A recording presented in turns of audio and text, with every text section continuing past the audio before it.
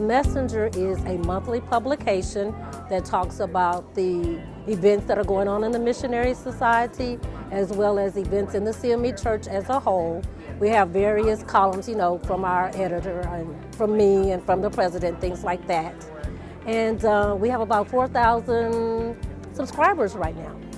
I think a quadrennial assembly planning is much different than an annual planning because it's every 4 years. So you're trying to find a hotel that really can encompass everything that you're trying to do. You have so many different events, you have so many different little breakout sessions you have to have. You have, special areas that you have to have for people. And so it's not the same as an annual event where you don't have as much going on.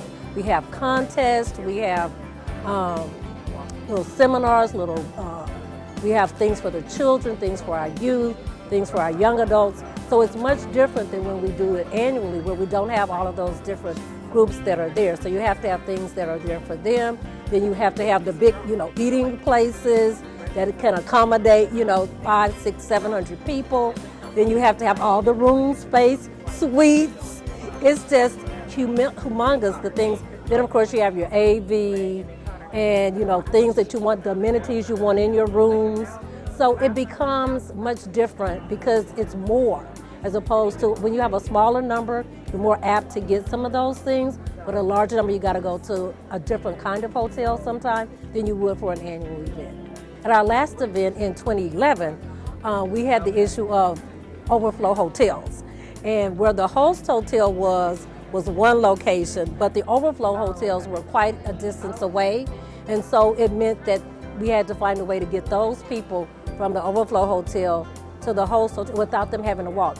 The ladies are older, unfortunately, so sometimes that's a really big challenge when you're at a hotel and you're trying to get them to, the host hotel. What kind of vehicle can they ride in? Many of them are in wheelchairs, or they have, canes or some other kind of walking assistance that they need.